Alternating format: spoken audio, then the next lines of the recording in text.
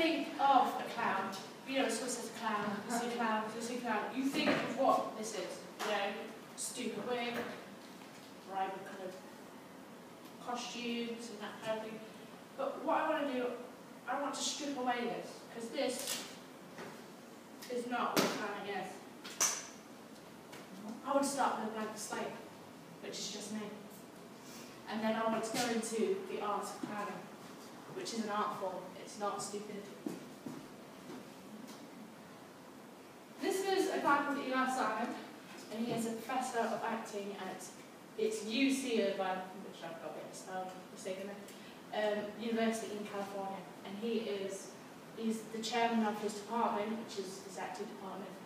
And he has directed many productions which specialising in the original development of clown shows, commedia dell'arte, American classics, musicals, Shakespeare, all sorts of good things. I'm going to watch this short video where he talks about his 2 books that he's wrote, which he talks about his own original clown show called Clownzilla, which is actually a love story, and then he will express a bit more about clowns.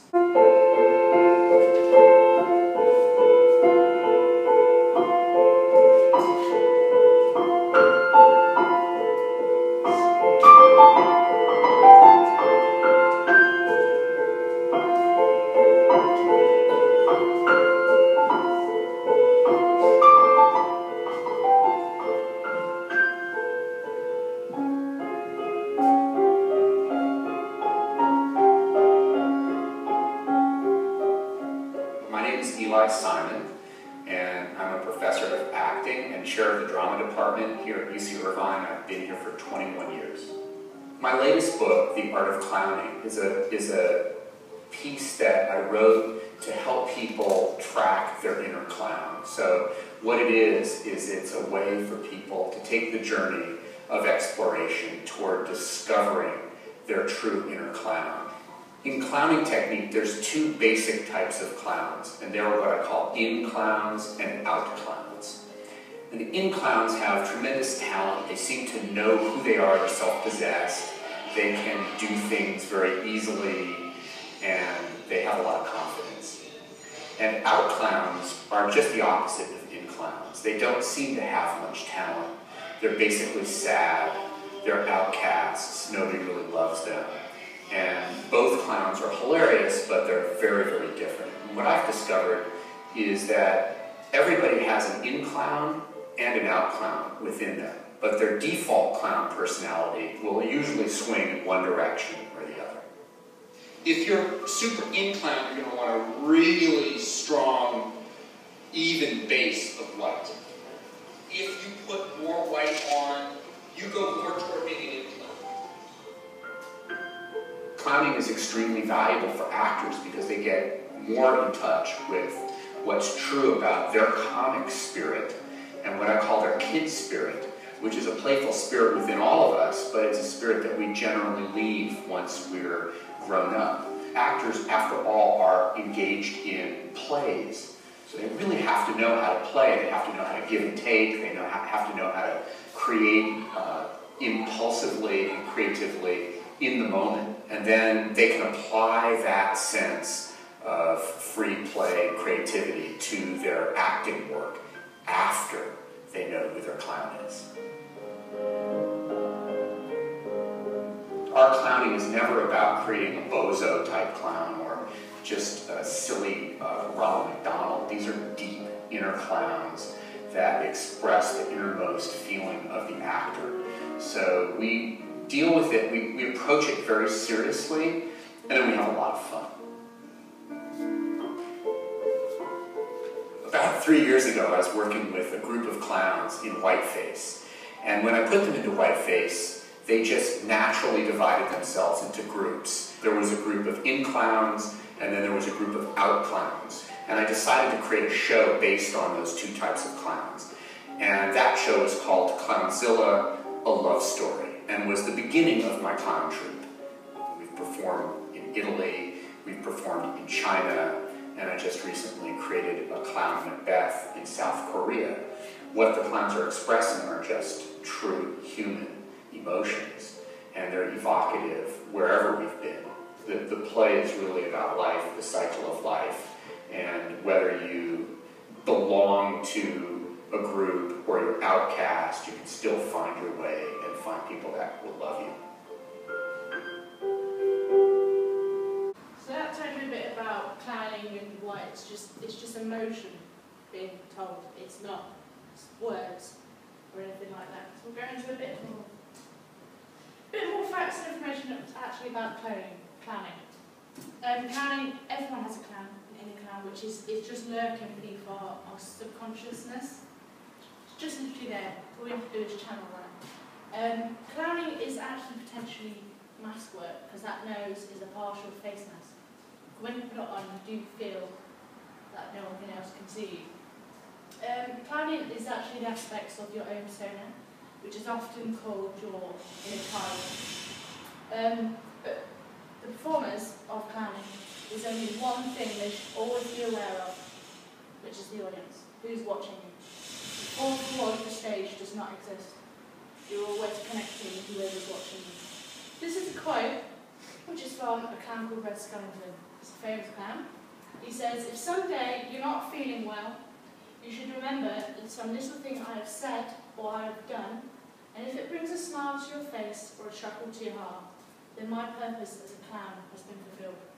So if people feel like that when they've seen him do his work, his act, then he feels that he's done his job. That's all he wants. This is another quote, which is actually from one of Eli Simon's students, and she says, "I feel so inhabited when I return to straight place. I feel stifled, judgmental, and relatively rigid. Can I take my clown discoveries and use them to improve my acting skills?" So basically, how will clown training affect my growth as a non-clown actor? Clowning can make your acting skills stronger, because clowning actually focuses on precise areas of growth that any serious Stanislavski-based actors training program addresses. And most well-designed acting programs, in some measures, on Stanislavski's seminal theories of acting. Yet clowning differs significantly from traditional acting classes, such as acting styles, scene study, auditioning skills. The only thing that differs from clowning to normal acting is the connection with the audience. That's the only thing that differs. Everything else is pretty much the same.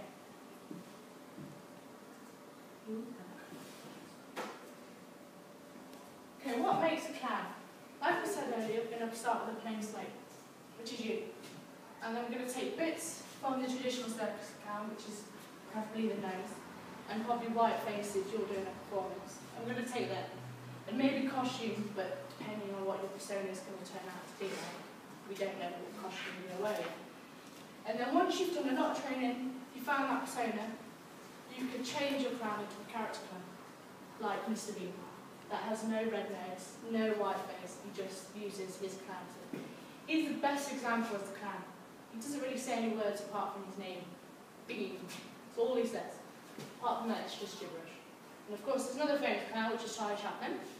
He's completely silent, he uses a lot of silent things. So that is basically what a clown is. It's just you being a child and taking bits. And either which path you want to choose, you can go circus and do lots of juggling and use all those skills, or you can go character clown and do a lot more character-based things. Clowns in history. Clowns actually reach back to the earliest of ancient Egypt. And then they went on to play fools for the Roman empires, the rulers, the kings and queens. And then they changed to court jesters in the Middle Ages to entertain the royal crowds. During the Renaissance, they actually dazzled royalty with skills like juggling, music, dance, aerobatics, which actually started off the idea of the circus clown. Because of course most circus clowns can juggle, they can do flips and rolls and all sorts of things. And then the multicoloured costumes actually came from the zanies of Europe in the 1500s. And they became the multi-talented professionals that excelled in puppeteering, magic, courtisanship and trickery. So they became quite mischievous, devilish. I'm going to go and have a little fun.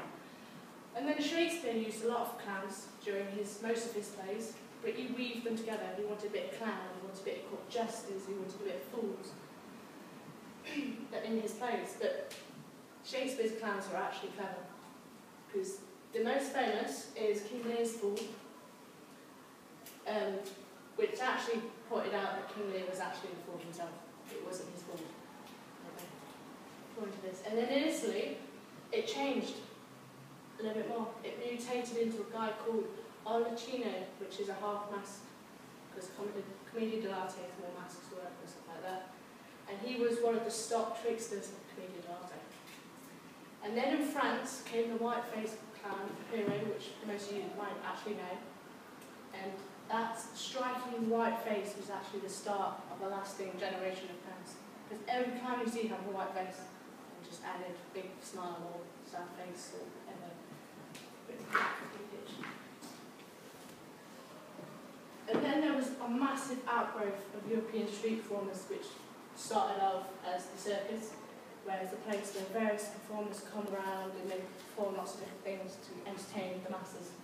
Here's a couple of pictures. We've got the court jester, the Arlecchino, as you can see, he's wearing a half mask, and of course the French hero, just a plain white outfit with white face and a black hat. A bit of clowns from history. In clowning, there's rules for clowns and the audience, especially when you're training, because you have to be respectful of everybody else, because it is not an easy art form to learn. Of course, there's 3 guidelines for the audience and 4 rules for the clowns.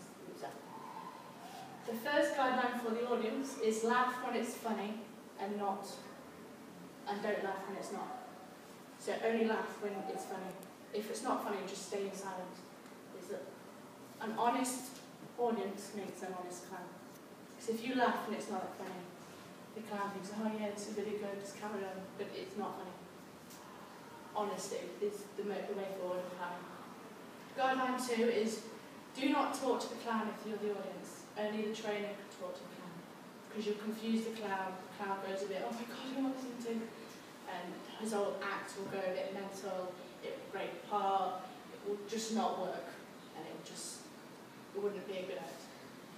Guideline 3 is always clap for the clown. If you clap for the clown when he enters and leaves, it leaves him positive. It lifts the spirits up thinking, oh yeah, I'm liking this. And it makes him feel like he can do anything if he's positive on stage.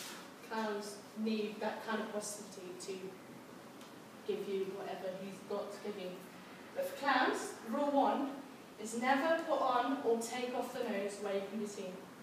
Always go behind the curtain. Go in your own little space.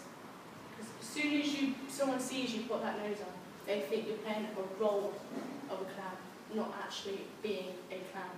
It's very important for the clown to keep himself to himself and to put his nose on. Rule 2 is no talking or verbal sounds as a clown. Because if you can talk, you can just talk your way out of sticky situations or something you don't want to do as a clown. The trainer will ask you some stupid questions, and they always do. But if you can talk, you go, no, I don't do that. No. So no talking or verbal sounds, just complete silence until you come up to that persona where you're able to bring some kind of verbal sounds to it. Even though clowns don't really talk, it's all that kind of talking. Next. Rule 3 is one of the main ones, which is connect with the audience. But don't stare them down and scare them. Connect with them, make a relationship with them. That genuine relationship with the audience makes a genuine act. Don't scare them. You don't want to scare them, because it's just not going to work.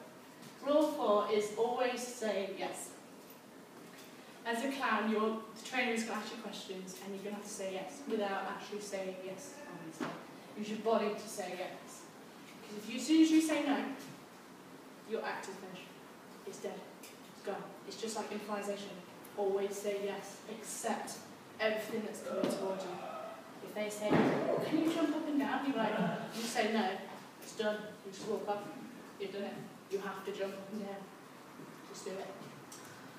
So if you put all these rules, you obey them, the clowning act will run smoothly, it will go like a dream, and it will be the best thing you've ever seen, especially as a clown. Okay, we're going to do an exercise. Laura, do you know if you're theatre? Not until 3 o'clock. Should be. It would be easier to do this Downstairs. yeah. Well, let's give it a few minutes to see it. There's a few things you need to remember while you're doing this act, when you're doing it, is were you able to quietly focus on the audience?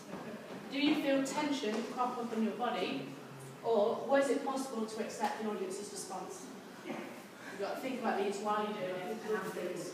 So very important to think about this. And of course, the next other exercises I'll go through while we're down there. So